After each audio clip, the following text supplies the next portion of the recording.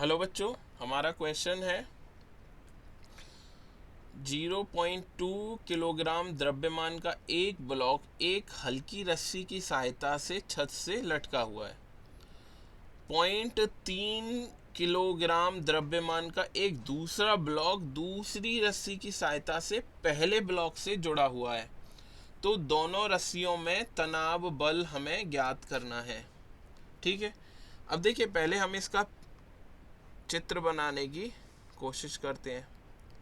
ये हमारा छत है, छत से एक रस्सी है और रस्सी से हमारा एक ब्लॉक लटका हुआ है जिसका द्रव्यमान कितना है, 0.2 किलोग्राम। इसी से एक और ब्लॉक लटका हुआ है जिसका द्रव्यमान है 0.3 किलोग्राम। ठीक है, अब हमें इस रस्सी की टेंशन या तनाव T1 भी बताना है और इस रस्सी में तनाव T2 भी बताना है। अब देखिए, अगर हम ब्लॉक को नाम दे दें, इसको A और इसको B, तो A ब्लॉक का अगर हम मुक्त वस्तु आरेख या फ्री बॉडी डायग्राम बनाने की कोशिश करें तो क्या होगा। ये A ब्लॉक है हमारा, इस पे ऊपर की तरफ लग रहा है तनाव T2 और नीचे की तरफ क्या लगेगा, इसका भार 0.3 गुणा G।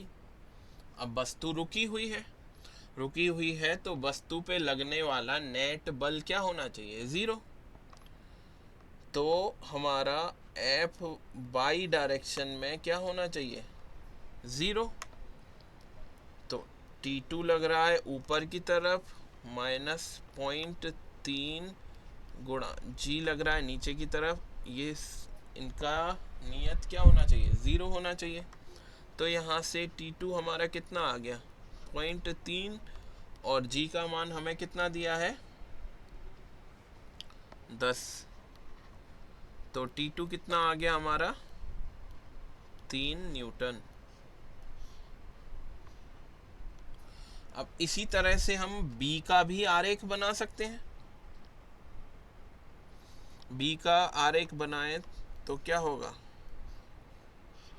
B ब्लॉक पर ऊपर की तरफ क्या लग रहा है, T1, और नीचे की तरफ क्या लग रहा है, एक तो B ब्लॉक का भार लगेगा 0.2 गुणा G, और दूसरा टेंशन या तनाव जो दूसरी रस्सी में है T2 वो किधर लगेगा, नीचे की तरफ। अब B ब्लॉक भी रुका हुआ है, तो B ब्लॉक रुका हुआ है तो हमारा B ब्लॉक पर भी हम क्या लिख सकते हैं कि y डायरेक्शन में लगने वाला कुल फोर्स क्या है, 0 है। तो ऊपर की तरफ लग रहा है T1 माइनस नीचे की तरफ लग रहा है 0.2 गुणा G और T2, ये सब क्या होगा, 0 के बराबर। तो हम मान रख सकते हैं T1 है, T1 निकालना है हमें, माइनस 0.2 गुणा G का मान कितना है, 10, माइनस T2 कितना निकाला हमने अभी, ये निकाला था T2 3 न्यूटन, बराबर होगा 0। तो T1 का मान कितना आ जाएगा, 2 + 3, T1 आ जाएगा आपका 5 न्यूटन।